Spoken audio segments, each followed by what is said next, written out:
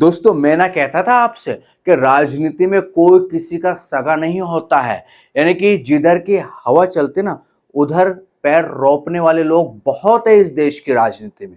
हाल फिलहाल में ताजा उदाहरण आप आम आदमी पार्टी के नेता रहे राघव चड्ढा को देख लीजिए। एक वक्त में तमाम बड़ी बड़ी बातें करते थे कि मुझे कोई खरीद नहीं सकता है। आज तक वो रकम नहीं बनी।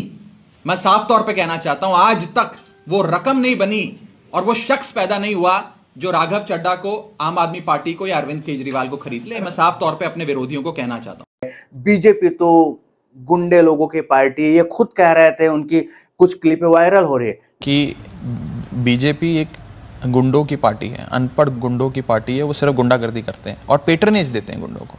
लेकिन वही राघव चड्ढा अब आम आदमी पार्टी को छोड़कर बीजेपी में शामिल हो चुके हैं और उसी बीजेपी में जिसको वो वॉशिंग मशीन तक कह चुके हैं। यानी कि विचारधारा का तो राजनीति में कोई काम ही नहीं है। सिद्धांत, विचारधारा, ये सब कहने की बातें हैं।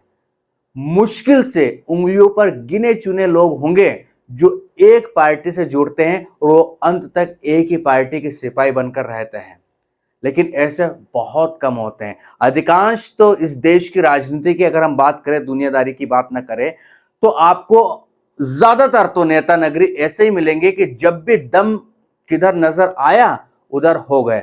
वक्त के भक्त आप मान के चलिए, इससे ज्यादा कुछ नहीं। और ऐसे लोगों की कोई विचारधारा नहीं होती है, कोई सिद्धांत नहीं होते, कोई उनके अंदर कह सकते हैं कि स्वाभिमान नहीं होता है। उन्हें बस दम दिखना चाहिए, उन्हें बस फायदा दिखना चाहिए। अब राघव चड्ढा बीजेपी में शामिल होकर तरह तरह की बातें कर रहे हैं कि मेरे पास सिर्फ दो ऑप्शन थे, या तो मैं राजनीति छोड़ देता या फिर बीजेपी में शामिल हो जाता। लेकिन आज मैं आपको असल कारण बताता हूं कि क्यों मैंने पार्टी की गतिविधियों से अपने आप को अलग कर लिया। और उसका कारण यह है क्योंकि मैं उनके गुनाह में शामिल नहीं होना चाहता था। मैं उनकी दोस्ती के काबिल नहीं था क्योंकि मैं उनके गुनाह में शामिल नहीं था। आज हम एक ऐसे मोड़ पर खड़े हैं कि हमारे पास सिर्फ दो ही ऑप्शंस थे, दो विकल्प थे। या तो हम राजनीति छोड़ दें। हमने ये डिसाइड किया that we the 2/3 members of parliament of the belonging to the Aam Aadmi Party in Rajya Sabha exercise the provisions of the Constitution of India and merge ourselves with the BJP। हम BJP में विलय करते हैं। तो भाई सबसे अच्छी बात है ना कि आप राजनीति भी नहीं छोड़ते और बीजेपी में आपको शामिल होने की जरूरत नहीं थी। आप एक नई पार्टी बना लेते अगर आप आम आदमी पार्टी से आपको इतनी दिक्कत थी। और आम आदमी पार्टी ने आपको बनाया, आपको राजनीति सिखाई, आपको राजनीति में लेकर आई, आपको सांसद तक बनाया। उसी आम आदमी पार्टी की अब आप पोल खोलने लगे, कह रहे हैं कि बहुत कुछ है उसमें और ये होता है वो होता है, और जिन सैद्धांतिक मूल्यों की वजह से मैं जुड़ा था वो खत्म हो चुके हैं। बहुत सारी बातें आप कर रहे हैं। तो बेहतर होता आप आपकी नई पार्टी बना लेते, लोग आपसे जुड़ जाते। कुछ समय पहले आप अच्छे अच्छे मुद्दे उठाने की बात कर रहे थे कि मैं पब्लिक के मुद्दे उठा रहा हूं, ये रिचार्ज का मुद्दा आपने बहुत भुनाया। उसके बाद आप पता नहीं कौन सी फूड डिलीवरी वाला मामला आपने देखा। लोग तारीफ कर रहे थे कि यार कोई नेता है जो बात कर रहा है, जो हिंदू मुसलमान को छोड़कर पब्लिक के इश्यूज पर बात कर रहा है। कोई बात नहीं करता, उस पर यह आदमी बात कर रहा है। लेकिन किसको क्या पता कि राजनीति में कब उलट पुलट हो जाए, कब किसके कौन पाले में चला जाए। भाई इस देश में तो लोगों के बारे में मैं नहीं कह सकता हूं। हम तो इस देश में मानते हैं कि राजनेताओं में कोई विचारधारा, अधिकांश की विचारधारा तो होती ही नहीं, सिद्धांत नाम की चीज होती है। उन्हें मिलना चाहिए सिर्फ और सिर्फ फायदा, उन्हें मिलना चाहिए अवसर, और अवसर मिला, फायदा मिला, सौदा ठीक ठाक रहा, पलटी मार लेंगे, मारती हैं, हम देख ही रहे हैं। लेकिन लोग ये भी कह रहे हैं कि जिस समय 70 सवाल पूछना था राघव चड्ढा को, जिस समय सरकार के कान में तेल डालना था, उस समय ये आदमी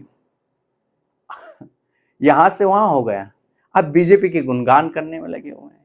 खैर मैं तो राजनीति में ज्यादा रुचि भी नहीं रखता हूं, लेकिन ये मान के चलिए कि एक विचारधारा आपकी होना चाहिए। अगर आप किसी पार्टी से जुड़े, आप सोच समझकर जुड़े, आप अच्छे से उस पार्टी का एनालिसिस करें, आपके लिए वो ठीक है नहीं है, आपके विचारों से वो पार्टी के विचार मेल खाते हैं नहीं खाते हैं, उसकी कार्यशैली क्या है, उसकी रणनीतियां क्या होती है ना। अगर मैच ना खाए तो आप न्यूट्रल रहे, अपनी खुद की पार्टी बना ले, स्वतंत्र रूप से राजनीति करें। और अगर मैच खा जाते हैं आपके विचार, आपको लगता है कि नहीं ये पार्टी ठीक ठाक है, आप जुड़ जाए और पता चले कि पार्टी अपने रणनीतियां बदल रही है, अपने सारे मोरल सिद्धांत जो भी होते हैं सब खोते हुए जो है भेड़चाल चल रही है, तो आप निष्क्रिय हो जाए, शांति से अपना जीवन काटे। पार्टी बदलने आप उस पार्टी में जा रहे हो, उस पार्टी में, कोई पार्टी आप इतनी वो मत समझ के चलिए कि आपके सिद्धांतों पर खरी उतरेगी, आपके विचारों पर खरी उतरेगी। पार्टियों का मतलब सिद्धांत से या वैचारिकता से ज्यादा कोई लेना देना नहीं होता है। सबका स्वभाव एक जैसे ही मान के चलिए, बस 19-20 का फर्क होता है पार्टियों में, ये मान के चलिए।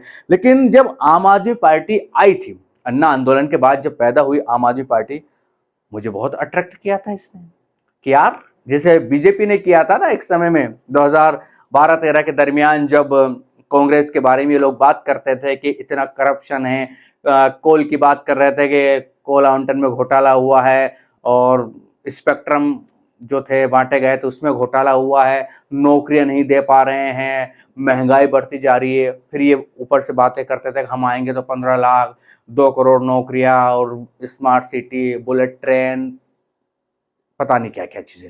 लगा यार देश में पहली बार इतना सब कुछ करने वाली पार्टी आ रही है, और हम इतने सालों से, दशकों से एक पार्टी को देखते आ रहे हैं, कुछ नहीं हो रहा है ज्यादा। ये कह रहे थे, सही कह रहे थे, अट्रैक्ट हो गए थे, वशीकरण वाली चीज, हम वश में हो गए थे और हमने वोट किया मोदी जी को। वोट करने के बाद समझ आने लगा कि भाई जिन मुद्दों पर चुनाव लड़ा गया था वो मुद्दे धीरे धीरे गायब होने लग गए। नौकरियों का ठिकाने नहीं रहे हैं।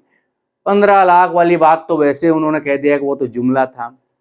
उसके बाद महंगाई में कोई फर्क नहीं आया, देश में कोई खास डेवलपमेंट वाली बातें जो होती थी वो नहीं, स्मार्ट सिटी का पता नहीं चला, बुलेट ट्रेन का पता नहीं चला ना, रोजगार देने की बात पर पता चला कि लाठियां रोजगार मांगते तो लाठियां भी पड़ती है, और पकोड़े तल्लो ऐसी बातें उनके नेता करने लगे। तब थोड़ा लगा कि नहीं यार, किसी भी पार्टी के जुबान पर इतना जल्दी भरोसा नहीं करना चाहिए, है ना।